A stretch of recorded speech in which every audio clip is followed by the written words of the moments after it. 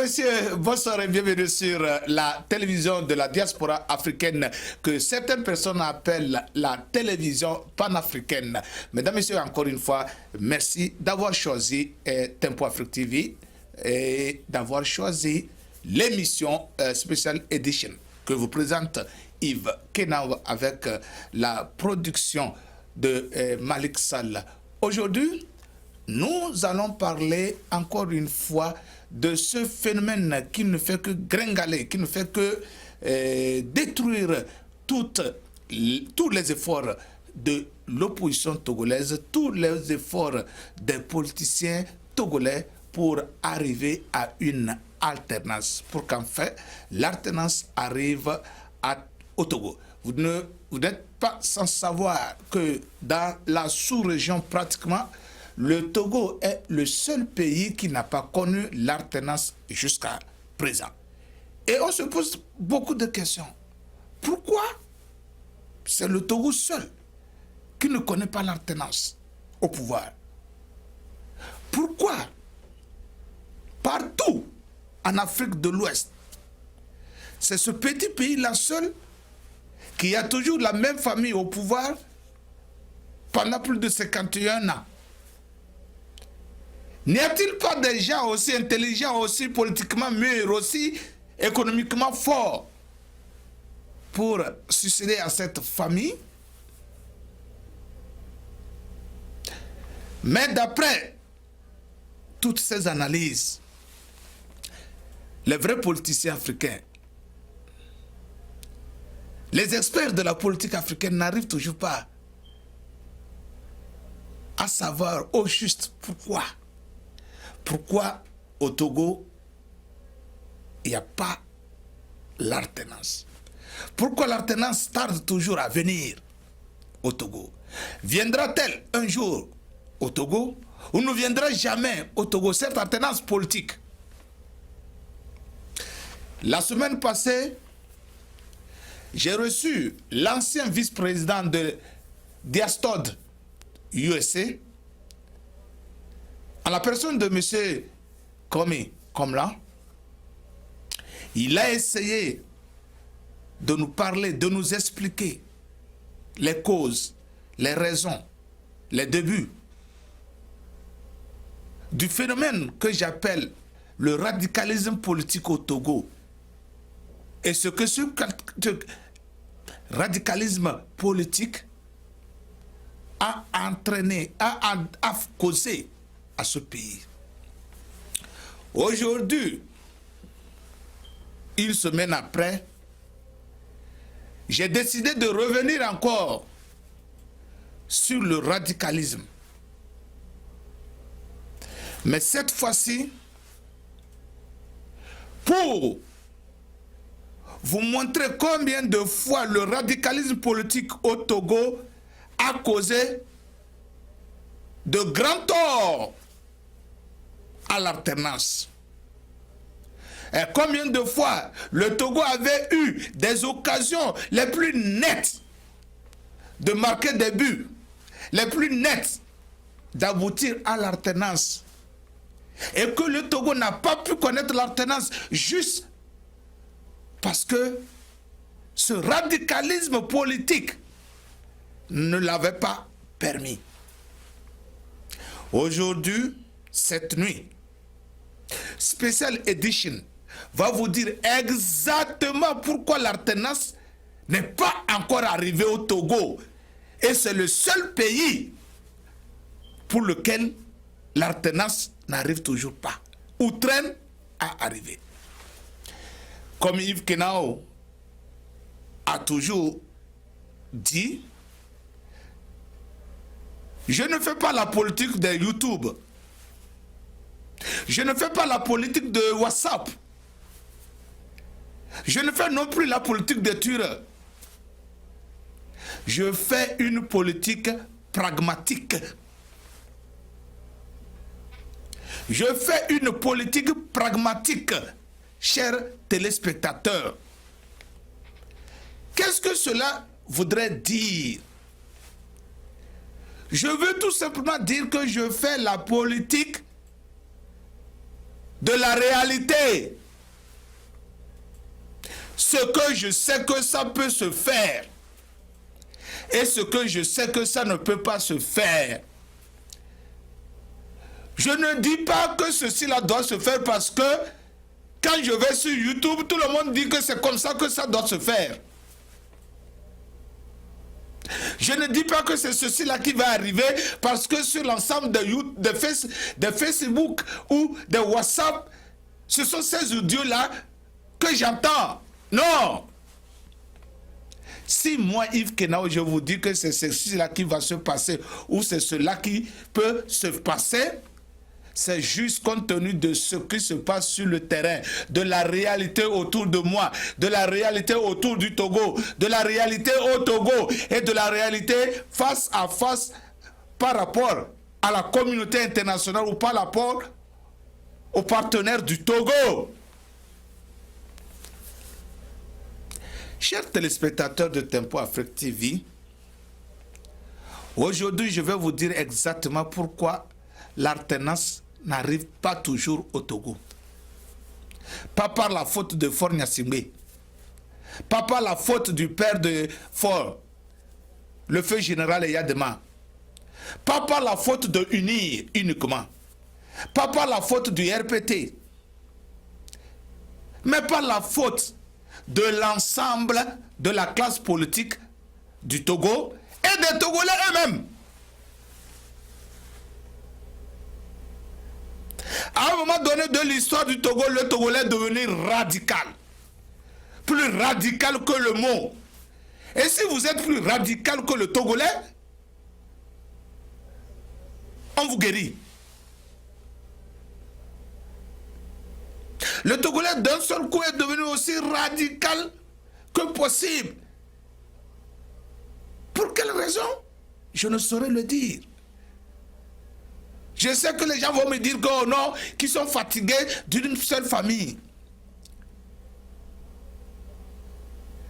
Et n'oubliez surtout pas que ce que l'UNIR est en train de faire, si un jour l'opposition arrive au pouvoir, l'opposition fera la même chose que l'UNIR parce que l'opposition cherchera à ne jamais abandonner ce pouvoir-là. N'oubliez pas que la politique, c'est le commerce. C'est un business. Et quiconque fait le business cherche des profits, cherche des bénéfices. N'oubliez pas aussi que les partis politiques sont les sociétés du business de la politique. Le business politique ne se fait que par l'intermédiaire des partis politiques. Et dès qu'un parti politique arrive au pouvoir, il ne cherche que ses intérêts. Comprenez ça. Et dès que vous allez le comprendre, vous ne serez jamais radical. Dès l'instant que vous allez le comprendre, vous comprendrez celui qui est au pouvoir. Vous comprendrez ses agissements parce que il ne vend que le produit qui est politique. Et ce produit-là, il le vend pour avoir des intérêts, pour avoir des bénéfices. Donc chaque fois, il cherchera toujours des moyens qui vont lui permettre de rester au pouvoir. Que ce soit UNIR, que ce soit l'opposition au Togo. Mais il s'est fait que le Togolais a pensé que ça n'arrivait que chez lui. Allons maintenant, pas à pas pour vous expliquer pourquoi jusqu'à aujourd'hui, le Togo n'a pas connu l'alternance. D'abord, quand j'avais toutes mes analyses, toutes mes études, toutes mes investigations autour du problème du Togo, autour du cas du Togo, il y a quelque chose que j'appelle, le mot est difficile à arriver, l'exceptionnalisme togolais. C'est-à-dire que le Togolais, à un moment donné, a décidé qu'il soit unique en son genre dans ce monde. Tout se fait au Togo d'une manière particulière. Et cette manière particulière de faire les choses se fait sentir aussi politiquement. Ça fait que dans toute la région de la CEDEAO, c'est le Togo seul qui n'a pas encore connu l'alternance politique. Vous voyez, c'est un cas particulier. C'est encore une fois la particularité du Togo, l'exceptionnalisme togolais. À cet exceptionnalisme togolais s'accroche ce dont nous parlons aujourd'hui, le radicalisme politique. Le radicalisme politique a gâté beaucoup de choses au Togo, s'il vous plaît, chers Togolais. Et nous devons l'éradiquer complètement et totalement. Écoutez bien ce que je vais vous dire, chers téléspectateurs. Vous trouverez que le Togo a eu plusieurs fois les occasions pour que l'alternance politique arrive. Pour ceux qui sont jeunes encore, qui viennent de commencer la politique au Togo, ou qui viennent de rentrer sur le champ de la politique, dans le business politique, je voudrais tout simplement leur rappeler que juste après le discours de la Baule de l'ancien président français François Mitterrand, un discours des années 89 au cours duquel il disait que l'aide de la France ne devrait plus aller, n'allait aller justement que aux pays africains qui se sont lancés sur la voie de démocratisation. C'était en 89. Le feu général Eyadema, lors du congrès du RPT, parti État, parti unique et parti État, très tôt a décidé que le RPT ne soit plus parti État ni parti unique et qu'il ouvrait la voie au multipartisme et à la démocratie. C'était un début de la démocratisation du Togo. Et aussi, pour les Togolais qui ne le savent pas, je voudrais encore leur dire que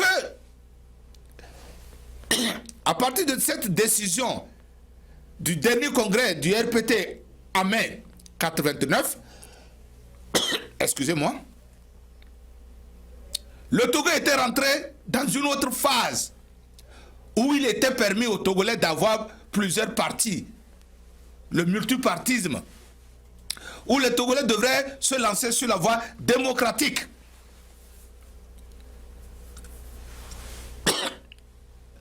Et très rapidement, les partis politiques se sont formés au Togo.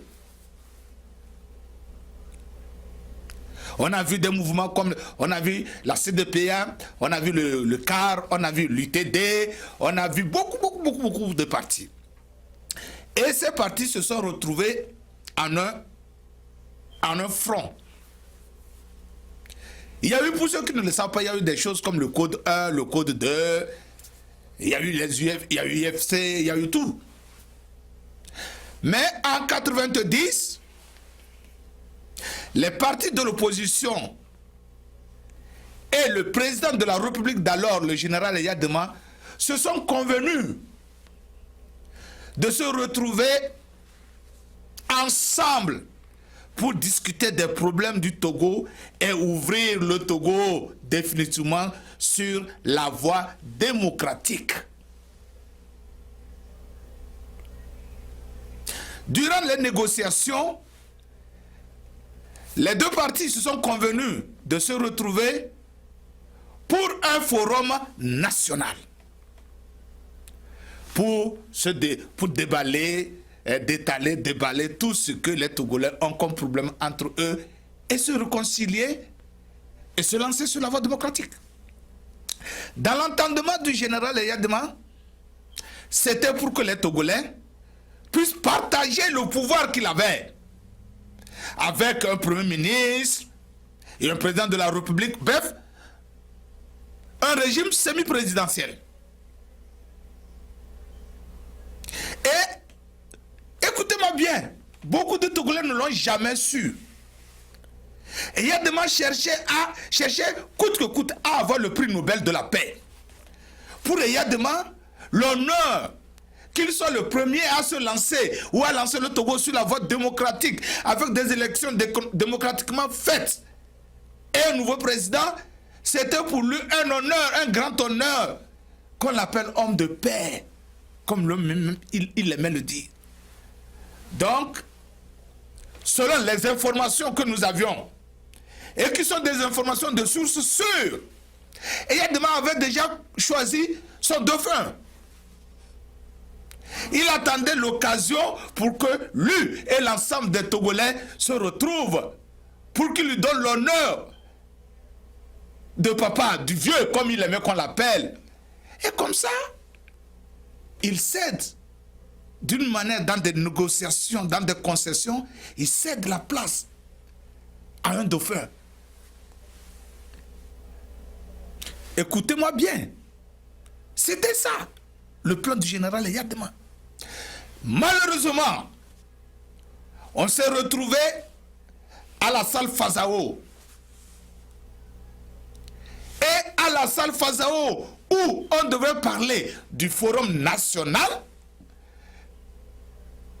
le radicalisme politique a transformé brusquement le Forum national à une conférence nationale souveraine. Du coup, le radicalisme politique coupait donc net les herbes sous les pieds de quoi? Des négociations. Le général Eyadema s'est dit que non, ce n'est pas ce que nous avions discuté. Ce n'est pas ce qu'on a conclu. Ce n'était pas ça les accords. On a dit qu'on allait se retrouver et parler entre nous et choisir un premier ministre. Et tout doucement, on va partager le pouvoir. Les concessions donc étaient abandonnées. Et rappelez-vous bien, pour ceux qui étaient de cet âge-là, rappelez-vous de cette fameuse phrase, les accords n'engagent que leurs signataires. Rappelez-vous bien de cela. Donc c'était la première fois que le radicalisme togolais empêchait les Togolais de connaître l'alternance. Parce que le général Eyadema était à ce moment prêt pour qu'il y ait l'alternance au Togo. Mais le radicalisme togolais, très tôt, a dit non. Et on a raté une occasion en or. Deux, en 91, le sommet de l'OUA, qui est devenu aujourd'hui l'Union africaine, au sommet de l'OUA de 90, il était décidé que le prochain sommet de l'OUA serait à Lomé, au Togo, en 91. Et que durant ce sommet de Lomé de 91, le siège de l'Union africaine, qui est à Addis Abeba, devrait se transférer complètement et définitivement à Lomé, la capitale du Togo. Je vous dis bien, le siège de l'Union africaine, qui était OUA, devrait être transféré en 91 à Lomé. Les Éthiopiens ont tenu la tête que c'était fini, que les opportunités, les occasions étaient parties définitivement. Encore une fois, après la conférence nationale et après l'élection de Kofigo comme Premier ministre, durant la conférence, écoutez-moi bien, avoir un siège d'une grande organisation comme l'Union africaine est un honneur dans votre pays. Ça crée les emplois, c'est un honneur. Les business, c'est là. Les contacts, c'est là. Le radicalisme togolais en 91 a fait quoi? A dit non. Si nous acceptons le sommet de l'OUA à Lomé, c'est que Eyadema serait toujours au pouvoir, définitivement. Nous ne voulons pas que Eyadema soit au pouvoir.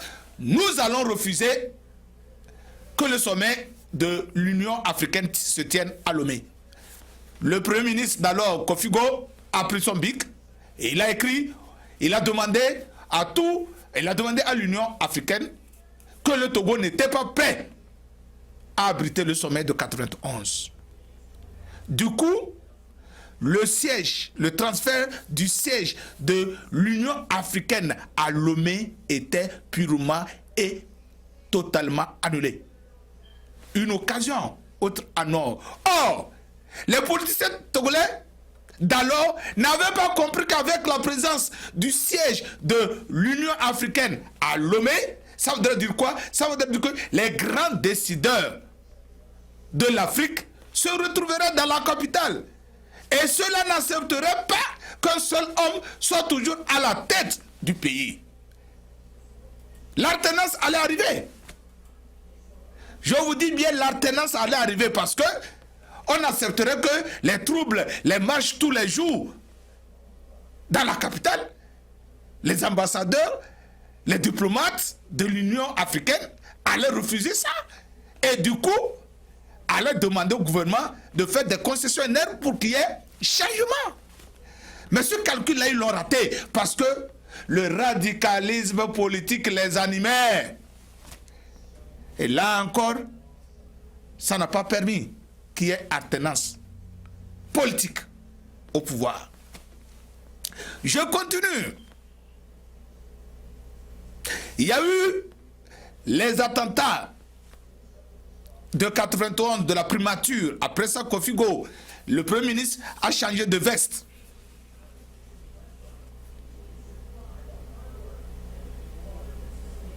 Mes chers amis togolais, le radicalisme togolais ne nous a pas aidés.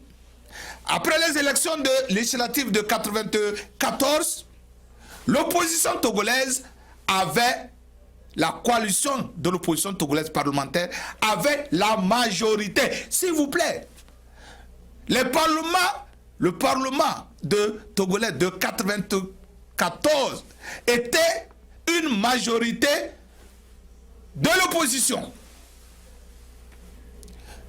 Il fallait choisir un premier ministre parmi cette opposition. Vous savez ce qui s'est passé? Le radicalisme togolais, encore une fois, s'est manifesté. C'est comme c'est un malheur. Chaque fois que le Togo veut sortir, veut connaître l'alternance, le radicalisme se précipite et arrive le premier et coupe, barre la route. Qu'est-ce qui s'est passé? L'UTD de RM Kodjo avait 7 députés. Le CAR d'Agoyubo avait 34 députés. Et quand le CAR et l'UTD ont fait coalition, leur coalition dépassait les députés du RPT. Donc, le Premier ministre devrait être parmi la coalition parlementaire. Au lieu de s'attendre, le radicalisme n'a pas permis. Il fallait qu'il s'attende.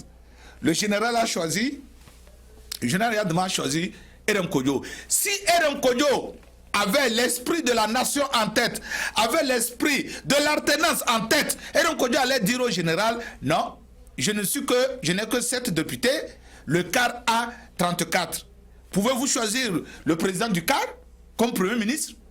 Mais le radicalisme togolais qui animait RM Kodjo, et surtout l'intérêt de la nation n'était pas dans sa tête, et que c'était son intérêt personnel, il n'a pas eu le temps de dire au général, non, moi je n'ai que 7 députés, lui il a 34, choisissez-le. Mais il n'a pas dit, il a accepté le poste de Premier ministre. Et du coup, cette alternance qu'on cherchait, qui devrait arriver, n'est pas arrivée parce que c'était devenu de n'importe quoi. Vous voyez, les cas sont nombreux. Je continue. Nous sommes arrivés dans les années 2007. Quand le président du CAR Agoyubo et le président de l'UTD et de CDPA, Ninevi, Léopold Ninevi, ont accepté, après les accords de Ouaga, de rentrer dans le gouvernement de Faure Gnassingbé, s'il vous plaît, c'était là l'occasion pour que l'ensemble des Togolais rentrent dans le gouvernement et constitue une force de l'opposition face au président Faure Gnassingbé. Mais le radicalisme togolais, encore une fois, s'est précipité et les Togolais ont dit « Oh non, non, non, non, non, non, non, non, nous n'allons pas nous associer à quoi que ce soit du président Faure Gnassingbé. On a traité les Agboïbo, on a traité les Léopold Gnineville de n'importe quoi, de tous les mots de ce pays, de ce monde. Je continue. Après les accords de 92, de Ouaga toujours, de 2012, le poste du chef de file de l'opposition a été créé. La semaine passée, mon ami Komi, comme là, a expliqué, en a parlé. Ce poste de chef de l'opposition a été initié dans tous les pays de l'Afrique de l'Ouest. Tous ceux qui sont arrivés au pouvoir en Afrique de l'Ouest, comme par hasard, ont été les chefs de file de l'opposition de leurs pays respectifs. Mais les Togolais s'étonnent pourquoi dans tous les pays de l'Afrique de l'Ouest, il y a eu alternance, et seul au Togo. Voilà. C'est parce que nous, Togolais, nous ne voulons pas faire de concessions. Nous sommes radicaux. Prenez le cas du Mali. C'est le chef de file de l'opposition. De Guinée, le chef de file de l'opposition. Du Burkina Faso, le chef de file de l'opposition. Du Bénin, le chef de file de l'opposition. Du Niger, le chef de file de l'opposition. De Guinée-Bissau, de Guinée. Prenez tous les pays. Du Ghana, proche, de Ghana là. Depuis que Rawlings est parti, tous ceux qui se sont succédés à la tête du Ghana ont été des chefs de l'opposition. Des chefs de file de l'opposition. Le poste de chef de file de l'opposition, j'ai toujours dit que c'est un poste créé pour préparer un ou deux mandats, préparer ce chef de file de l'opposition pour qu'il prenne le pouvoir. C'est la transition politique. Mais les Togolais n'ont pas compris ça. Et c'est justement pour que ce chef de l'opposition soit un pont entre le gouvernement et l'opposition. C'est-à-dire que quoi? C'est la représentativité de l'opposition au sein du gouvernement. C'est ça le poste de chef de file de l'opposition. C'est-à-dire quoi? Il est là-bas. Il voit ce que le président fait. Il assiste en un mot le président. Il prend contact avec les diplomates. Il voit ce qui se passe. On est en train de le former. Vous savez, ce monde-là, ce n'est pas un monde vide. Hein? Ce monde, c'est un monde qui est formalisé. C'est-à-dire, c'est un monde, c'est un schéma que vous devez suivre. Si vous n'êtes pas dans ce schéma, vous êtes hors la loi. Donc, pour que le futur président ne soit pas hors la loi, on le met dans le schéma. Pour qu'il prenne la forme du schéma. Mais comme par hasard au Togo, on nomme quelqu'un comme chef de file de l'opposition et il dit, oh non, moi je ne fais pas ça parce que le gouvernement n'a pas fait ceci.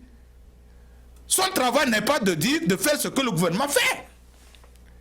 Son travail, c'est d'amener les gens à comprendre ce qui se passe dans le pays. C'est d'apprendre le métier et progressivement, on lui donne la clé de la direction. C'est tout. Si Fabre, Jean-Pierre Fabre, depuis qu'il a été nommé chef de file de l'opposition, avait joué ce rôle-là, aujourd'hui le Togo on parlerait de l'alternance déjà au Togo. Je vous jure, on parlerait déjà de l'alternance. Mais les Togolais ont refusé. Jean-Pierre Fabre dit non. Faure n'a pas fait ceci, moi je ne fais pas. Il ne doit pas s'égaler à Faure. Faure est président de la République, quoi qu'on dise. Vous savez, c'est le business. C'est-à-dire que vous êtes un parti politique. Le parti politique, c'est une société. Le parti au pouvoir, c'est une multinationale. Une société ne peut pas s'égaler à une multinationale. Une multinationale, c'est un ensemble de sociétés. C'est une très, très, très grande société. C'est ça le parti au pouvoir. Avec son PDG, le président de la République. Vous n'êtes pas encore président de la République. Vous ne pouvez pas vous égaler à un président. La meilleure façon, c'est de le suivre. De le suivre, de l'observer. Et quand vous aurez la clé de la présidence, vous pouvez faire tout ce que vous voulez. Vous n'avez pas encore la clé de la présidence, mais vous dites au président que vous êtes égal à lui. Mais vous croyez qu'il va vous montrer le reste? Vous croyez qu'il va vous donner la clé de la présidence? Non. Alors je demande aux Togolais, vous avez vu qu'on a eu multiples occasions en or d'avoir l'alternance. L'opinion internationale que vous parlez là, l'opinion internationale n'est pas bête. L'opinion internationale ne peut pas venir dégager un président d'un membre de ça, d'un de ses membres. Mais qu'est-ce que l'opinion internationale fait? L'opinion internationale veut une action concrète. Ça voudrait dire quoi? Supposons que Fabre jouait son rôle. Jean-Pierre Fabre jouait son rôle. L'opposition va aux élections. L'opposition participe. Elle peut perdre une fois. Elle peut perdre 2 fois. Mais la 3e fois, l'opposition ne perdra pas. Je vous dis, Yves Kenan vous dit, l'opposition ne perdra pas la 3e fois. On va me dire, oh, c'est le même type, ils vont voler. Eh non! Ils peuvent voler une fois. Ils peuvent voler 2 fois. Mais la 3e fois, l'opinion internationale leur dira, ah non, cette fois-ci, l'autre là, il est suffisamment mûr pour prendre les choses. Et on va lui donner ça. N'oubliez pas que c'est l'opinion internationale qui met les gens en président en Afrique. Hein. Ce n'est pas vous, hein. Ce n'est pas vous, Togolais, ou vous, Africains. Non. Vous n'allez que jouer au jeu. C'est l'opinion internationale qui met les gens au pouvoir. Et c'est ça que l'opposition togolaise n'a pas compris. C'est ça. On me dira que l'opposition ce n'est pas seulement l'opposition qui est radicale. Oui. Le parti au pouvoir est radical. Et le radicalisme du parti au pouvoir se justifie. Parce que c'est la société multinationale. Elle trouvera toujours des moyens pour s'enrichir. Maintenant, c'est à vous qui n'êtes pas encore multinational, c'est à vous de trouver des astuces pour soutirer des choses, auprès de la multinationale, pour atteindre la multinationale. Vous n'allez pas dire que parce que la multinationale fait ceci, vous aussi vous allez faire cela. Vous devez chercher toujours les moyens pour contourner ce radicalisme de la multinationale qu'est le parti au pouvoir. Parce que le parti au pouvoir chercherait toujours des moyens pour se maintenir au pouvoir. Toujours. Toujours. Donc, c'est un radicalisme, c'est que le parti au pouvoir est dans sa logique. C'est à nous qui cherchons le pouvoir. C'est à nous de contourner ce radicalisme du pouvoir en place. C'est à nous. Ce n'est pas au parti au pouvoir de contourner, nous, notre radicalisme. Puisque lui, il est déjà au pouvoir. Lui, il est là. Nous cherchons à avoir ce pouvoir-là. C'est à nous de contourner le radicalisme du pouvoir. Mais si nous aussi, nous voulons être radicaux comme le pouvoir, nous n'arriverons jamais à avoir ce pouvoir. Je ne sais pas si vous me suivez.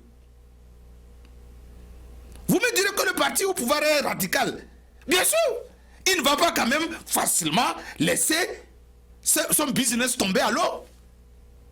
Le jour que nous aussi, nous allons arriver au pouvoir, nous allons trouver des astuces pour avoir des bénéfices, pour garder toujours ce pouvoir-là. Et nous allons attendre toujours quelqu'un qui viendra avec des astuces pour soutirer, pour retirer ce pouvoir-là de nous. Mais si l'autre aussi veut être radical comme nous, qui sommes au pouvoir, cette fois-ci, mais il va échouer. Ça, quand je parle comme ça, je voudrais que vous compreniez. Le jour que l'opposition va arriver au pouvoir, si le RPT UNIR veut être radical, ils n'auront jamais le pouvoir. Ça, comprenez ça. Ça, c'est la loi de la nature. Il faut 1 plus 1 moins pour qu'il y ait l'électricité. Vous avez 1 plus 1 plus, ça ne donnera jamais de l'électricité. Plus, ça ne donne jamais. Vous tous, vous voulez être radicaux. Où est-ce que vous allez? Donc ça veut dire que on sera toujours dans le status quo. Et c'est à cette situation, là présentement, que nous vivons. Dites-moi, depuis octobre, depuis août là, est-ce qu'on a bougé d'un seul pouce? Non? On est toujours à la même place. Alors, si on faisait des concessions, si on abandonnait le radicalisme, on serait très loin. Très loin. Aujourd'hui. Très loin. Même l'alternance arriverait. Je vais vous donner un exemple très terre à terre. Quand la crise de 2017 a commencé, d'août 2017 a commencé, si les Togolais n'étaient pas radicaux et ils se sont retrouvés et ils disent à Faure Gnassingbé, écoutez, nous voulons retourner sur la constitution de 92. Nous voulons que le mot en aucun cas se retrouve dans la constitution. Maintenant, dites-nous ce que vous voulez. Et dès que vous allez nous dire tout ce que vous voulez, nous allons vous l'accepter. Mais s'il vous plaît, le retour à la constitution de 92, avec le mot en aucun cas, vous finissez votre mandat en 2000, vous finissez tout ce que vous voulez en 2025 et vous ne vous présentez plus à cause du mot en aucun cas. Ça, c'est une grande concession de la part de l'opposition. Faure Gnassingbé ne pourra jamais refuser. Si nous l'avions dit dès le début, Faure Gnassingbé ne pourrait jamais refuser. Mais le radicalisme politique togolais ne nous a pas permis de le dire. Les gens ont vu que aller jusqu'à 2025 pour Faure Gnassingbé, c'était trop. Mais vous voyez le danger aujourd'hui? Le danger que nous courons aujourd'hui, au lieu de 2025, nous risquons que Faure reste là jusqu'à 2039. Parce que tout laisse croire qu'après les législatives, Faure Gnassingbé va encore gagner. Et nous allons encore dire qu'il a volé. Puisque nous ne sommes pas là pour participer, pour voir ce qu'il fait, nous dirons, comme mon ami, comme mon producteur m'a dit, que le Sénégalais a dit, que l'ancien ministre sénégalais a dit, à un opposant sénégalais, que mais oui, vous dites que nous avons volé, que nous sommes des voleurs. Oui, vous n'êtes pas là. Nous ne pouvons que voler. Si vous étiez là, on ne devrait pas voler. Donc, si nous disons que nous n'allons pas aux élections législatives de décembre là, Faure Gnassingbé et ses membres vont aller. Ils vont gagner. Vous allez dire qu'ils ont volé. Si vous étiez là, ils n'allaient pas voler. Donc si vous n'êtes pas là, ils peuvent voler. Alors, le danger du radicalisme de 2017 là, c'est que Faure risque d'être au pouvoir jusqu'à 2039 ou 2049. Puisque juste après ces législatives, nous allons au référendum. Et ce référendum-là, c'est la rédaction pure et simple des députés de Faure Gnassingbé. Le mot en aucun cas peut être dedans, ou peut ne pas être dedans. Et le compteur revient à 0. Ça veut dire que toutes les années que Faure Gnassingbé a faites, ça ne compte pas. C'est maintenant qu'il lui faut 2 mandats de 10 ans. Ajoutez ça en 2025. Vous voyez? Le radicalisme nous a fait beaucoup de tort. Nous a causé trop de tort, chers Togolais. Nous devons l'éradiquer. Nous devons l'abandonner, l'éliminer de notre existence. Si nous voulons avoir l'alternance. Jusqu'à 2039. Qui encore parmi ceux-là qui luttent aujourd'hui sera encore en vie? Personne. Or, ce ne sont pas des hommes d'État. Si c'était des hommes d'État, ils avaient à l'esprit la génération future. Ceux-là qui sont aujourd'hui au Togo, ce sont des politiciens. Ils ne veulent que les élections. Et au même moment, ils ne veulent pas aller à ces élections-là. Alors, qu'est-ce qu'ils vont devenir? Vous voyez le danger du radicalisme? Vous voyez le danger du radicalisme politique au Togo? Ce que le radicalisme politique au Togo a causé, tous les torts que le radicalisme togolais a causé. Je vous dis que dès le début de la crise, en 2017, les Togolais devraient s'asseoir et demander à Faure Gnassingbé, voilà, c'est ce que nous voulons. Si vous le faites, vous pouvez aller jusqu'en 2025 et vous avez fini. Vous pouvez choisir quelqu'un d'autre de votre parti, mais pas vous. Vous croyez que cette proposition-là, si Faure la refuse, vous trouvez que le monde entier va le trouver normal? Non! On est arrivé, oh, Faure must go. Voilà, ça va vers un an, ça fait un an, Faure must go, Faure still there. Maintenant, on ne sait pas si c'est l'opposition must go qu'on va brandir ou quoi.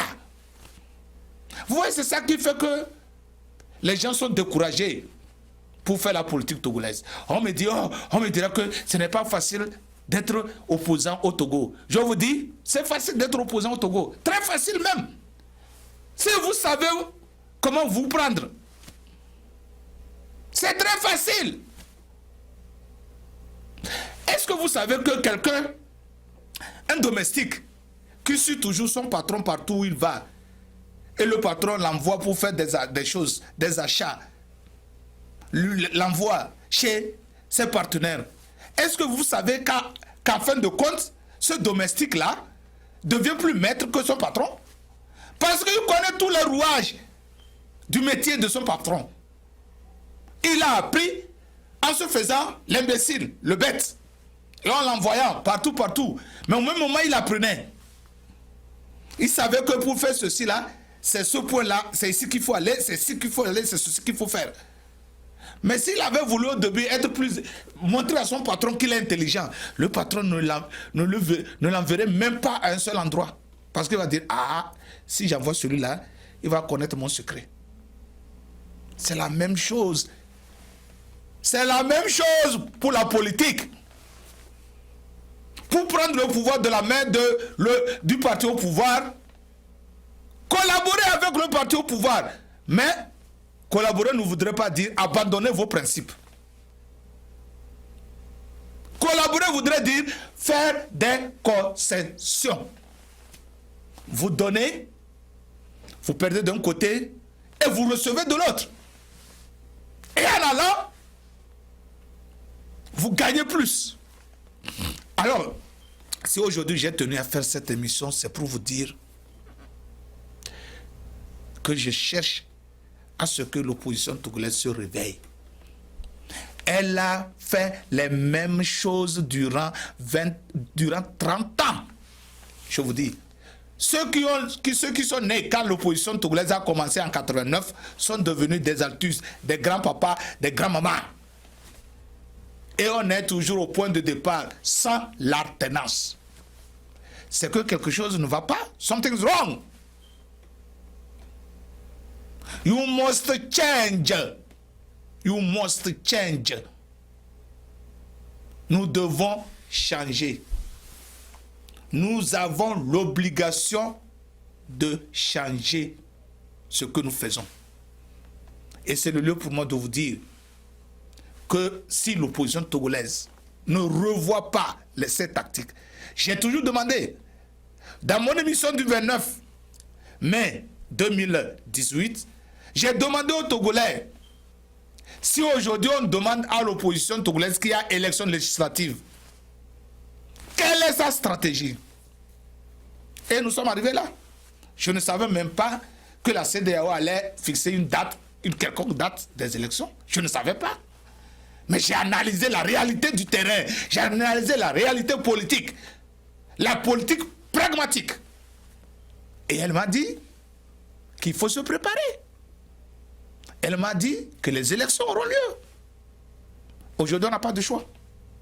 Quoi qu'on dise, les élections auront lieu. Quelle que soit la physionomie du mouton, les élections de 2020, de décembre 2020 et 2018, pardon, les législatives du 20 décembre 2018 auront lieu. Et que fera l'opposition? Est-elle prête? Elle n'est ni prête. Ira-t-elle? Elle n'est même pas sûre. Et quand elle va aller à la dernière minute, et quand elle va perdre, on criera que Faure Gnassingbé a gagné et a volé. On criera que Faure Gnassingbé a volé. Est-ce en réalité dans ces conditions, pourrait-on dire que Faure Gnassingbé a volé? Non. On a perdu parce que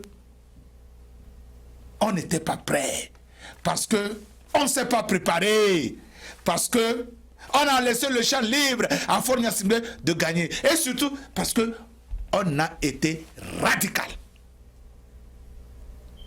Faure Gnassingbé peut être l'UNIR RPT. L'UNIR RPT, c'est un ensemble qui est au pouvoir. Nous n'allons pas nous comparer à eux. Eux, ils sont déjà au pouvoir. Nous, nous cherchons le pouvoir. Vous n'allez pas vous comparer à quelqu'un qui est déjà au pouvoir. Cherchez des moyens pour retirer ce pouvoir-là. Je vous parle maintenant en parabole. Cherchez les moyens pour retirer ce pouvoir-là. Ne vous égalez pas. Ne dites pas que nous sommes tous des citoyens togolais. Mais lui, il est au pouvoir. Il utilise les prérogatives de l'État, les prérogatives du chef de l'État pour avancer, pour faire avancer son parti politique. Vous, est-ce que vous avez cette force-là? Pourquoi vous voulez toujours vous égaler à lui? Cherchez plutôt à soutirer, à contourner son radicalisme, à contourner sa force pour avoir le pouvoir, s'il vous plaît. Opposition. Et ça, nous pouvons le faire. Et ça, vous pouvez le faire. Si vous abandonnez le radicalisme, si vous décidez de faire des concessions, chers Togolais. Le radicalisme nous a fait trop de mal. Nous devons l'abandonner. Et abandonnons-le dès maintenant. Abandonnons-le à l'heure où je vous parle, right now. Merci beaucoup. C'est avec cela que nous allons terminer cette émission d'aujourd'hui. Mais avant de partir, je vous signale à partir du 1er, nous allons lancer, à partir du 1er octobre, hier, la semaine passée, je vous ai dit ça. Je vous ai déjà dit. À partir du 1er octobre 2018, nous allons lancer Special Edition Lance les cartes de membres de fidélité. Les cartes, je vous dis bien, les cartes de membres de fidélité. Tous ceux qui seront très fidèles à Special Edition auront une carte, auront un compte. Et chaque fois que vous achetez un produit de Tempo Afrique TV, vous avez une réduction. Il suffit d'appeler Yves Kenao. Vous donnez le numéro de votre carte de fidélité et vous aurez des réductions sur tous les services que Tempo Afrique TV va vous offrir. Vous avez ce numéro-là sur votre écran. Appelez-le. Demandez à Malik tout ce que vous avez comme information, tout ce qu'il vous faut pour être membre de fidélité de Special Edition, il vous le dira. ou vous me contactez personnellement, Yves Kenao, et chaque fois que vous appelez pour la carte de membre de fidélité de Special Edition, n'oubliez pas, ajoutez Yves Kenao, c'est votre code. S'il vous plaît, faites-le parce que vous allez avoir beaucoup de bénéfices à partir de cette carte-là pour le reste des services de Tempo Afrique TV. Je vous remercie pour toute votre conscience, toute la confiance que vous placez en Tempo Afrique TV et surtout à l'émission Special Edition. Et tous ceux qui sont les amoureux de cette émission, je vous dis, je vous aime en retour. Je vous aime beaucoup. C'est vous qui faites que je suis encore ici et je vous parle parce que vous soutenez toujours cette émission. Vous soutenez, vous supportez toujours Special Edition. Vous supportez toujours Tempo Afrique TV. C'est le lieu de vous faire chapeau. Quand bien même je n'ai pas le chapeau, je le soulève comme ça. Vous connaissez le signe. Chapeau à vous. Merci beaucoup. Et surtout, n'oubliez pas d'appeler Malik. Le numéro que vous avez vu sur votre écran, appelez ce numéro. Malik va vous donner toutes les instructions. Pour ceux-là qui veulent avoir les box de télévision, vous n'aurez pas besoin encore de câble. Vous avez votre Internet, vous avez la boîte, et bam, c'est parti. Plus de 200 chaînes de télévision du monde entier. Même la télévision de votre village est dedans.